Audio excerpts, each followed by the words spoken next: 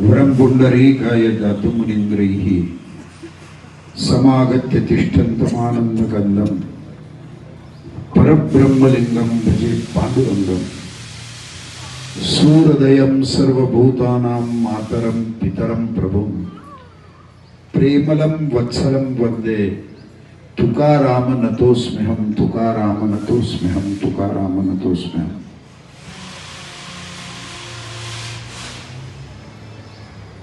जगद्गुरु तुकाराम महाराज गाथा पारायण सोहळा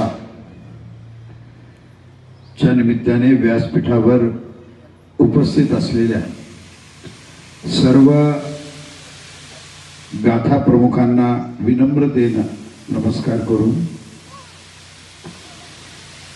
गाथा पारायणासाठी जी काही बसलेली मंडळी आहे त्यांनाही विनम्रतेने नमस्कार करून, खरं तर आपण खूप मोठे भाग्यवान आहात। श्रीमंत जगद्गुरु तुकोबारायांचा 375वा वैकुंठ गमन सोहळा या 2025 ला परिपूर्ण होत आहे आणि त्या निमित्ताने आपण गाथा पारायणाला इथं बसलात। काय आहे, हिंदू धर्मामधील सर्वश्रेष्ठ ग्रंथ हा वेद मानला गेला आहे। पण वेद जरी मानला गेला असला तरी तो वेद सर्वांना वाचायचा अधिकार प्राप्त झालेला नाही।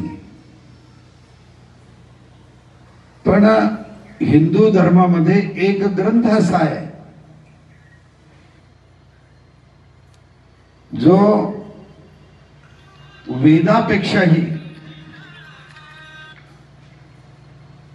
जर एकीकडे वेद ठेवला आणि एकीकडे जर गाथा ठेवला, एकीकडे वेदाची ओवी ठेवली आणि एकीकडे गाथ्याची ओवी ठेवली, तर पूर्ण अर्थ त्याच्यात समान निघतो असं शास्त्र सांगतं। म्हणून त्याला तुकोपनिषद असं म्हटलेलं आहे। आणि सगळ्या महाराष्ट्रात खूप मोठे मोठे कार्यक्रम संपन्न झाले। काय असतं, काही वेळेस काही गोष्टी देवमान्य असतात पण लोकमान्य नसतात। काही गोष्टी लोकमान्य असतात पण देवमान्य नसतात। काही गोष्टी देवमान्य पण असतात, लोकमान्य पण असतात, पण संतमान्य नसतात। काही गोष्टी देवमान्य असतात, संतमान्य असतात, लोकमान्य असतात, पण राज्यमान्य नसतात। काही गोष्टी देवमान्य आहेत, लोकमान्य आहेत, संतमान्य आहेत, राज्यमान्यही आहेत, पण ते वाचल्यानंतर देव त्याला जवळ घेत नाही, ही फार मोठी खंत असते। पण तुकोबारायांचा एक अक्षर तुम्ही मला सांगा, ज्याला अक्षराची ओळख नाही। खरं तर आता इथं आपण सगळे परगावाहून आलेले आहेत, हैदराबादला आलात, सुशिक्षित आहात, पण जेव्हा आम्ही खेड्यात जातो कीर्तनाला, ज्याला अक्षराची सुद्धा ओळख नाही असा जर मनुष्य अभंग जर म्हणू लागला तर माणसाच्या डोळ्यातून पाणी आल्याशिवाय राहणार नाही। का लक्षात घ्या, ही श्रीमंत जगद्गुरु तुकोबारायांची किमया आहे। ही किमया कशामुळे आहे?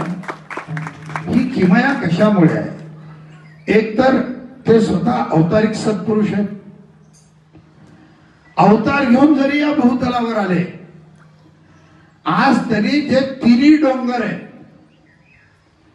आज त्या तिन्ही डोंगरावर तरी जी वेगळी तपश्चर्या केली। ऐका, माणूस जर मोठा झाला